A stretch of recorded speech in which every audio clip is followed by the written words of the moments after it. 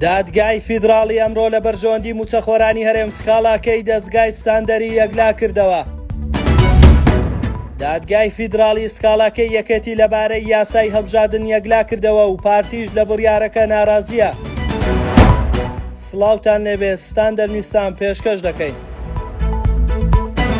ئەمڕۆ دادگای فیدراڵی لەسەر سکاڵایەک لەبارەی موچەی فەرمانبەرانی هەرێم کە لەلایەن 4 مامۆستا بەسەرپەرشتی دەستگای ستاندەر لەسەر هەریەک لە سەرۆکی حکوومەتی هەرێم و سەرۆک وەزیرانی عێراق تۆمار کرابوو بڕیاری کۆتایی خۆیدا. دادگای فیدراڵی حکوومەتی عێراقی پابەند کرد موچەی فەرمانبەرانی هەرێم بخاتە سەر بانکی فیدراڵیەکان و خەرجیشی بکات و سەرۆک وەزیرانی هەرێمی کوردستانی پابەند کرد ڕێگە بە چاودێری دارایی عێراق بکات و دوینی بکات. دکتۆر ڕەعەد ڕەفعەت سەرۆکی بۆردی توێژینەوەی ستاندەر کە ئامادەی دانیشتنی دادگاکە بوو ڕایگەیاند کە دادگاکە بڕیاری داکەوە پێویستە دۆسیەی موچەی هەموو موچەخۆرانی هەرێم بە فەرمانبەر و خانەنشینی و چاودێری کۆمەڵایەتی بە نیشتیمانی بکرێت. ناوبراوتیشی دادگاکە بڕیاری داکەوە لە مەولا دەبێ موچە لە ڕێی لقەکانی بانکەکانی عێراق لە هەرێمی ڕاستەوخۆ بدرێت و پێویستە حکوومەتی هەرێم پابەند بێت بەو بڕیارە ئەگەر نابەرپرسیارەتی دەکەوێتە ئەستۆ.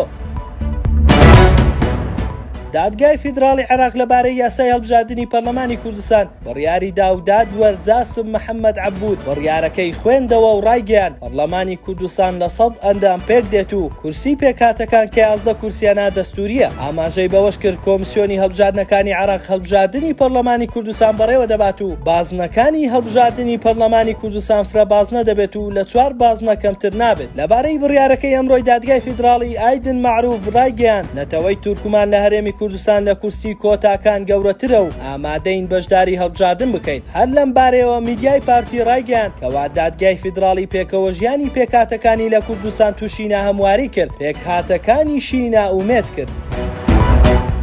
ستاندەر نویزمان پێشکەشکردن شاد و کامەران بن.